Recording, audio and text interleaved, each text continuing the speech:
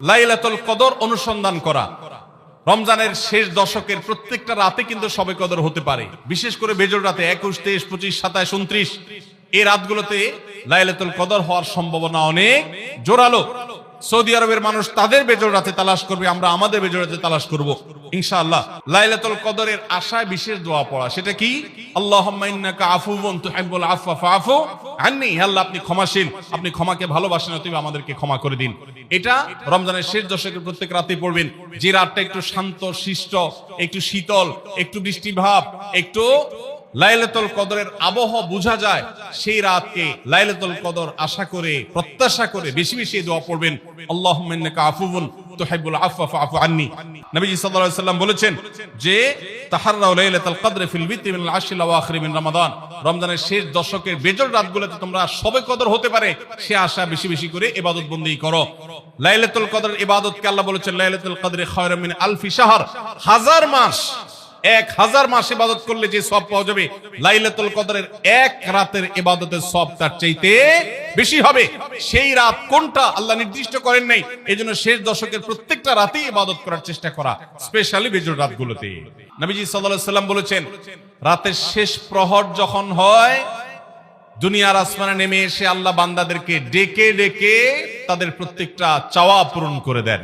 সারা বছর ভোর রাতে তাহাজ্জুদের নামাজ পড়া বা দোয়া করার সুযোগ আমাদের হয় না, কিন্তু রমজানের সাহরি খেতে তো এমনি উঠেন, অতএব এই টাইমে দোয়া কবুল হয়। 24 ঘন্টার ভিতরে দোয়া কবুলের সবচেয়ে মোক্ষম সুযোগ, সবচেয়ে আদর্শ সময় হলো এই তাহাজ্জুদের সময়টা।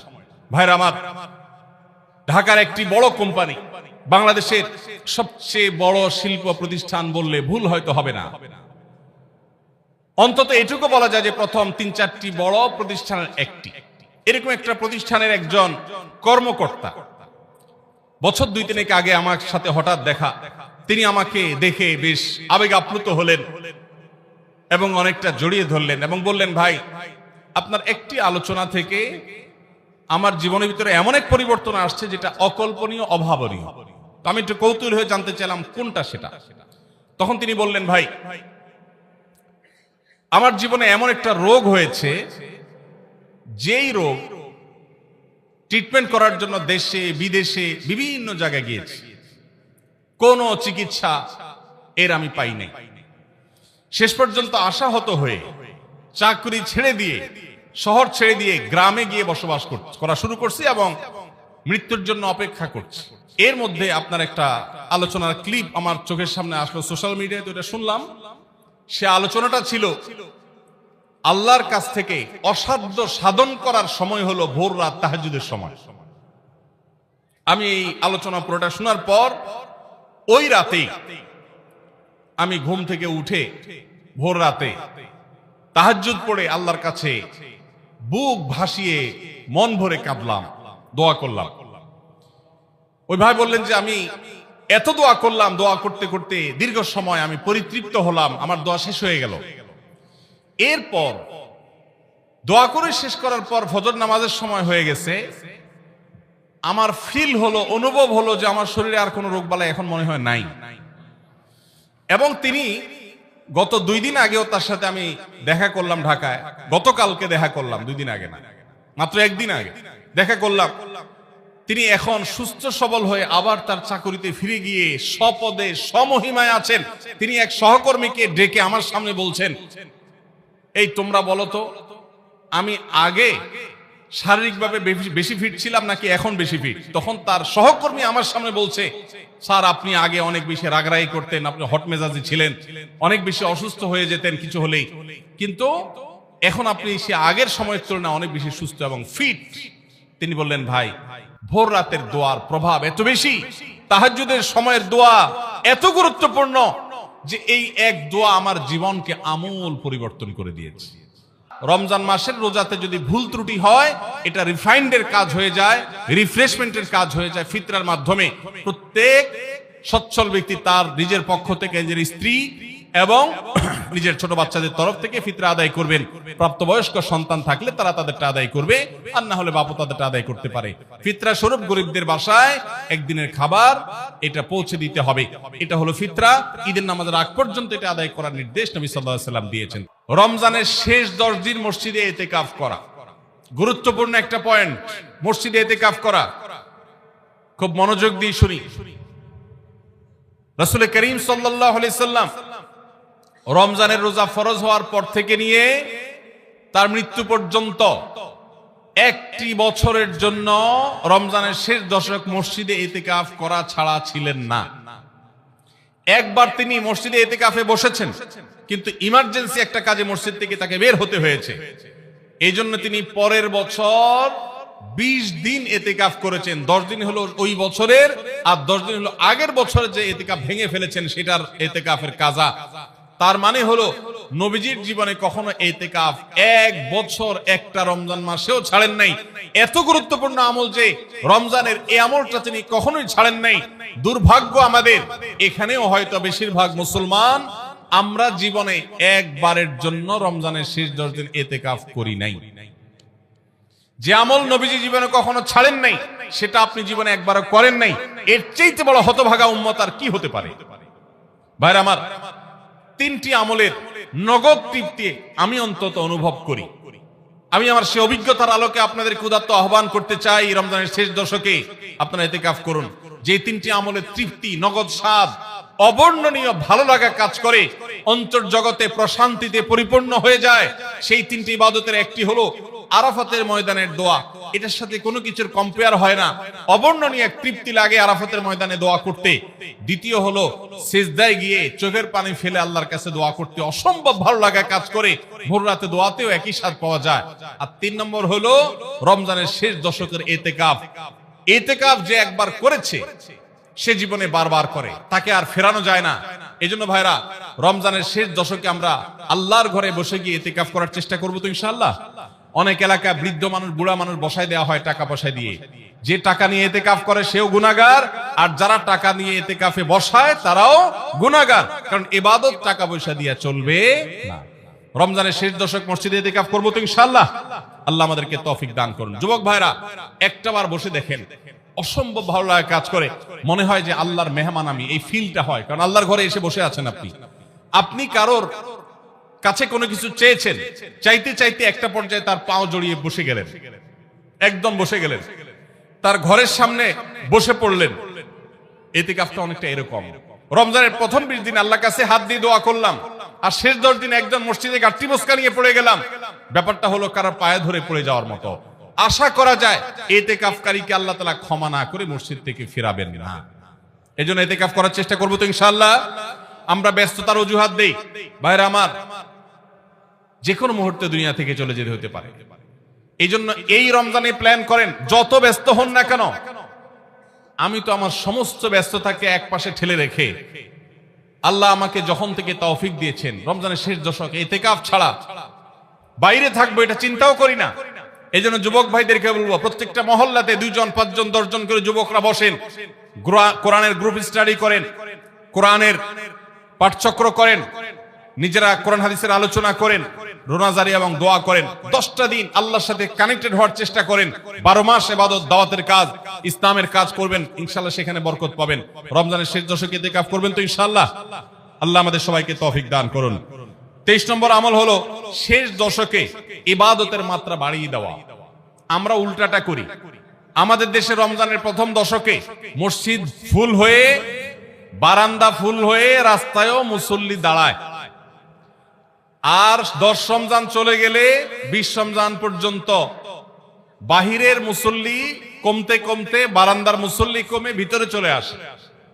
আর শেষ 10 দিনে আসলে, ঈদের দিনগুলো যখন কাছে আসে, তখন 5 ওয়াক্ত নামাজের ওই নিয়মিত মুসল্লি ছাড়া বাকিগুলো সব উধাও হয়ে যায়। নবী সাল্লাল্লাহু আলাইহি ওয়াসাল্লাম কি করতেন? তার উল্টাটা। আমাদের আয়েশা বলেছেন, কানা ইয়াজিতাহিদু ফীহি মা লা ইয়াজিতাহিদু ফী গায়রি। আমাদের নবীজি সাল্লাল্লাহু আলাইহি ওয়াসাল্লাম রমজানের শেষ দশকে ইবাদতের জন্য যত কষ্ট করতেন, যত সাধনা করতেন, অন্য কোন সময় ইবাদতের জন্য এত সাধনা করতেন না। অথচ আমরা দেখা যায় শেষ দশক অবহেলা কাটাই। এইজন্য ভাইরা, শেষ দশকে ইবাদতের পরিমাণ আরো বাড়িয়ে দিতে হবে, আমলের পরিমাণ বাড়িয়ে দিতে হবে। এটাই আল্লাহ তাআলার নির্দেশনা, সেটাই রমজানের শেষ দশকের আমল।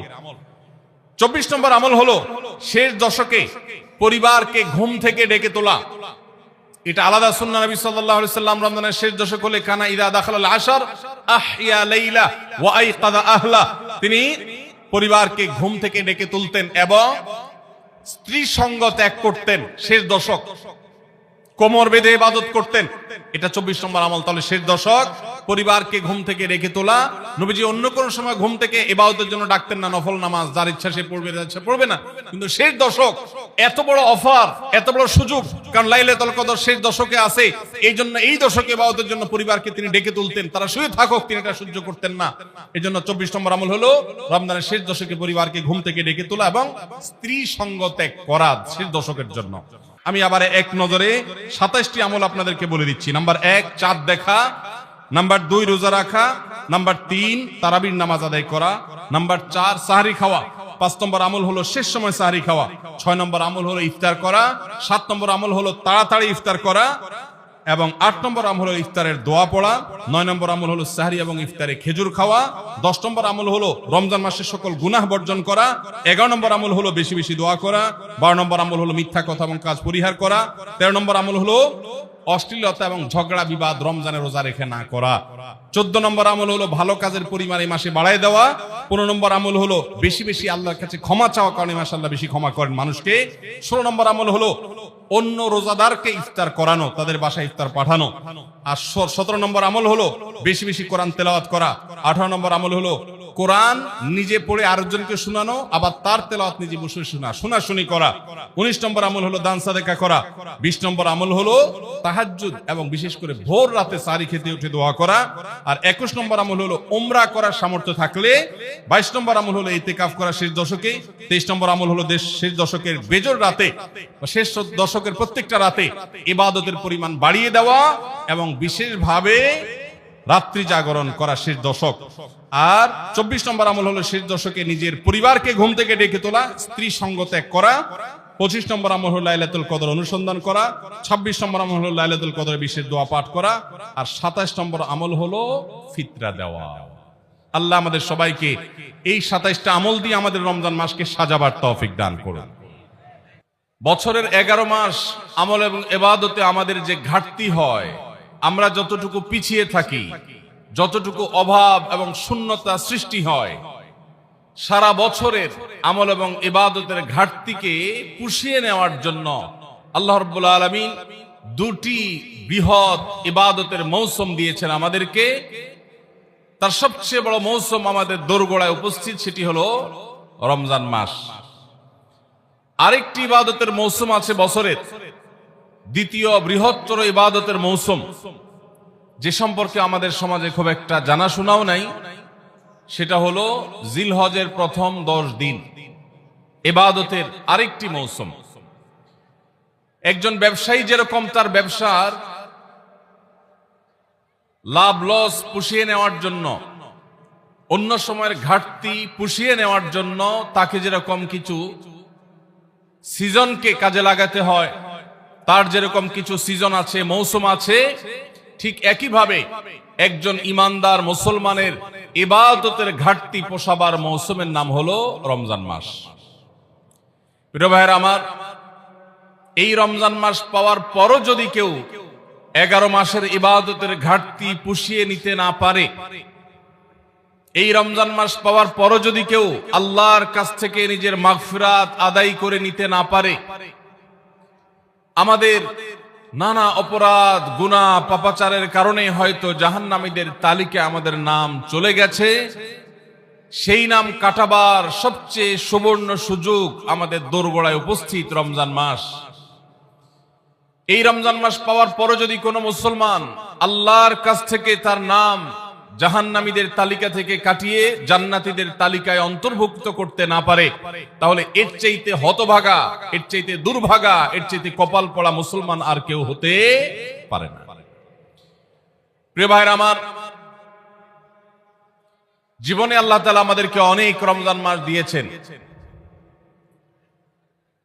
আল্লাহ নবী সাল্লাল্লাহু আলাইহি সাল্লাম খোদ তার জীবনে তিনি রমজান পেয়েছেন সাকুল্যে 8টা। দ্বিতীয় হিজরিতে আল্লাহ রাব্বুল আলামিন রমজানের রোজা ফরজ করেছেন। 10ম হিজরিতে আল্লাহ তাআলা তাকে দুনিয়া থেকে নিয়ে গেছেন। তাহলে সাকুল্যে সর্বোচ্চ 8টা রমজান পেয়েছেন আমাদের নবীজি সাল্লাল্লাহু আলাইহি সাল্লাম। কয়টা রমজান পেয়েছেন? 8টা। আজ গাবতলীর এই মাহফিলে আমরা যারা উপস্থিত আছি, আমাদের এখানে এমন বহু মানুষ আছেন যে তার জীবনে 40, 50, 60টা পর্যন্ত রমজান মাস পেয়েছেন। ঠিক না বেঠিক? সাহাবীদের অনেকে তাদের জীবনে মাত্র একবার রমজান পেয়েছেন। হয়তো ইসলাম গ্রহণ করেছেন রমজানের আগে, রমজান মাসটা পেয়েছেন, এরপরে হয় মৃত্যু হয়ে গেছে, আর না হয় জিহাদের ময়দানে শহীদ হয়ে গেছেন। একটা রমজান জীবনে পেয়েছেন। বহু সাহাবী আছেন 2টা, 4টা রমজান পেয়েছেন। অনেক সাহাবী আছেন জীবনে একটা রমজানও পান নাই, ইসলাম গ্রহণ করেছেন, এরপরে আল্লাহর রাহে জিহাদে শামিল হয়েছেন, রমজান আসার আগে দুনিয়া থেকে চলে গেছেন। তাহলে আমরা যারা জন্মসূত্রে মুসলমান, তাদের যার যত বছর বয়স তিনি ততগুলো রমজান পেয়েছি। সাহাবীরা যেখানে মাত্র জীবনে 2, 4, 6টা, 8টা, 10টা রমজান পেয়ে তারা জান্নাত প্রাপ্তির দৌড়ে এগিয়ে গেছেন, আমরা জন্মসূত্রে মুসলমান হয়েও জীবনে 40-50টি রমজান পাওয়ার পরও আমরা অনেকেই জান্নাত প্রাপ্তির দৌড়ে এগিয়ে যেতে পারি নাই। এর চেয়ে বড় দুর্ভাগ্যের বিষয় আর কিছু হতে পারে না। ভাইরা আমার, এই জন্য আসন্ন রমাদান আর কয়েকদিনের মধ্যে যে রমজান শুরু হতে যাচ্ছে, আসুন এইবারের রমজান সম্পর্কে একটা সংকল্প করি, শপথ করি। এই রমজান জীবনের অন্য 10টি রমজানের মতো কাটাবো না। এই রমজানকে আমি ব্যতিক্রম, সম্পূর্ণ ভিন্নতর, সম্পূর্ণ আমল এবং ইবাদত এবং তাকওয়া চর্চার মধ্য দিয়ে আল্লাহর মাগফিরাত, নাজাত নিজের করে নেওয়ার মধ্য দিয়ে আমার এই রমজানকে আমি সার্থক করার চেষ্টা করব ইনশাআল্লাহ। ভাইরা